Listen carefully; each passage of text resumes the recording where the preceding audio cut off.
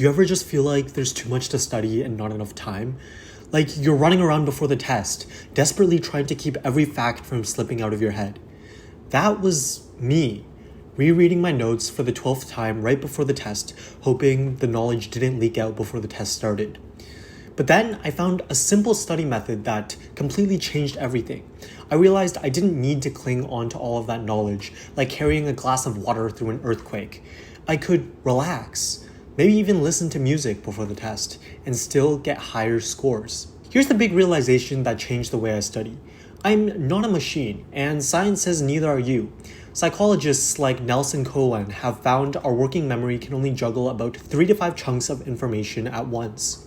So if you try to remember everything at the same time, it's like trying to carry 5 watermelons at once without looking funny. In short, we aren't wired to be that smart. Trust me, I would know. But there is something we are good at: contextual memory. This is the ability to retrieve information when you're in the right situation or given the right clues.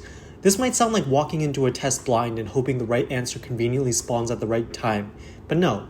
This is more like walking into a test blind and hoping the right answer conveniently spawns at the right time. The funny thing is though, if you are sufficiently prepared, the answer will just spawn at the right time. This is the same type of muscle memory that lets pianists play off 1-hour songs, or an athlete that executes the perfect sequence of events timed to the millisecond. They just know. You don't need to keep everything loaded in your brain. Just understand the concept well enough that when a question appears related to that concept, your instincts can take over. Think about it. A test never asks you about everything you've learned. It's always about a specific concept or a very specific application. If you've got a solid understanding of something, carrying that idea around 24/7 is pointless. The test itself is going to hand you the cues you need to retrieve it right on the spot. And a crazy realization is that when you aren't juggling 500 other topics you're supposed to remember, your brain has space to focus up and solve the question at hand. Okay, so what is understanding and how is this different from just being a parrot? Being a parrot is just repeating facts. Understanding is being able to explain them and use them in new situations. Key to this definition is being able to use it in new situations.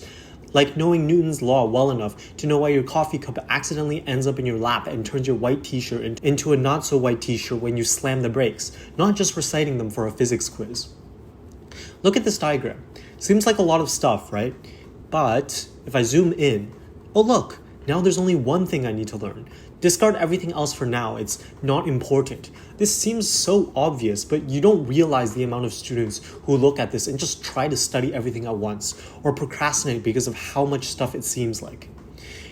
And when you're learning, don't just keep rereading the same sentence like it's going to magically click the 12th time. Like, yes, you'll probably be an expert in filling the blanks.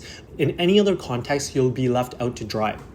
This is the logic behind study guru techniques such as active recall and the Feynman technique, also known as teach what you learn, and something they actually get right. The rest? Yeah, probably just for their book sales. And don't look at me, I'm no guru, just some sleep-deprived student trying to figure out where my other sock is. For active recall, just take a pencil or whatever and write about whatever you know about the topic you're learning. You'll see that you're surprisingly stupid. For Feynman, corner your friend and start explaining the last thing you learned in bio class. Don't even warn them. Halfway through, you'll realize you understand it as well as you understand your dog barking at the funny-looking bird every morning. So, what do you do when this happens? If your lecture notes aren't helping, start collecting different perspectives. Every new angle you see adds another missing piece to the puzzle. But don't just wander aimlessly. Figure out what type of learner you are and what's worked for you before. Personally, I get things faster when I see tangible real-world examples. I'm terrible with abstract theory, so I hunt down videos and explanations that lean heavy on examples.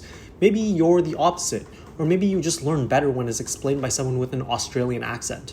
Doesn't matter. The point is, explore different takes on the same topic until it clicks. And if you still don't fully get it, just move on.